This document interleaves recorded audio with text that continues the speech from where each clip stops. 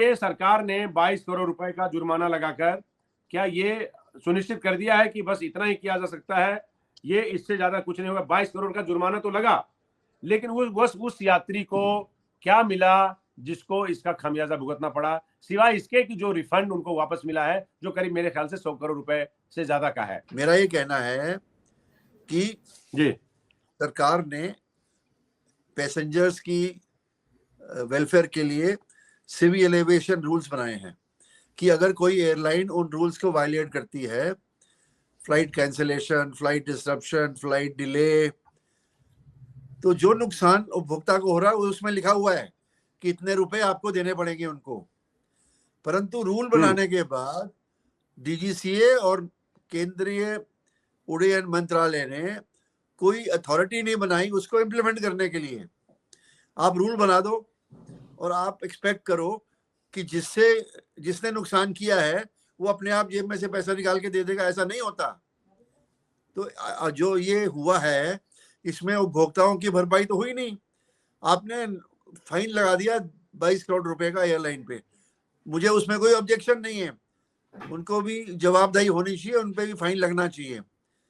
परंतु डीजीसीए और ministry of civil aviation की जिम्मेदारी है कि हर उस पैसेंजर को जो नुकसान हुआ है वो गिन गिन के उसके खाते में डाले।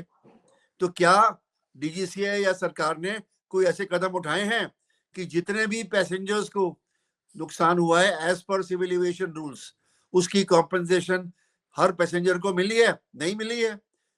ना उसकी देखने वाला है, ना कोई पूछने वाला है, ना इम्प्लीमेंट करने वाला है। रूल आपने बना दिए हैं।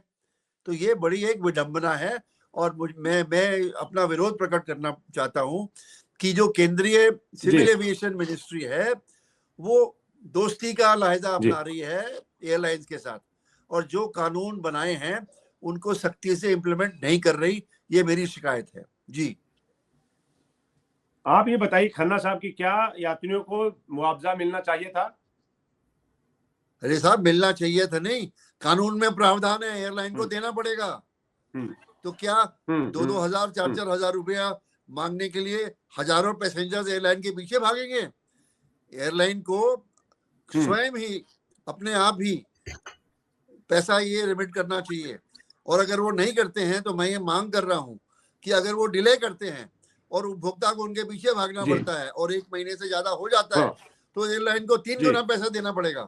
ऐसी मेरी मांग है। और ये मेरी मांग केंद्रीय सिविल एविएशन मंत्री के सामने है कि आपने जो रूल बनाए हैं उसको कोई फॉलो नहीं करता है। तो क्या कर रहे हैं आप? सो रहे हैं क्या?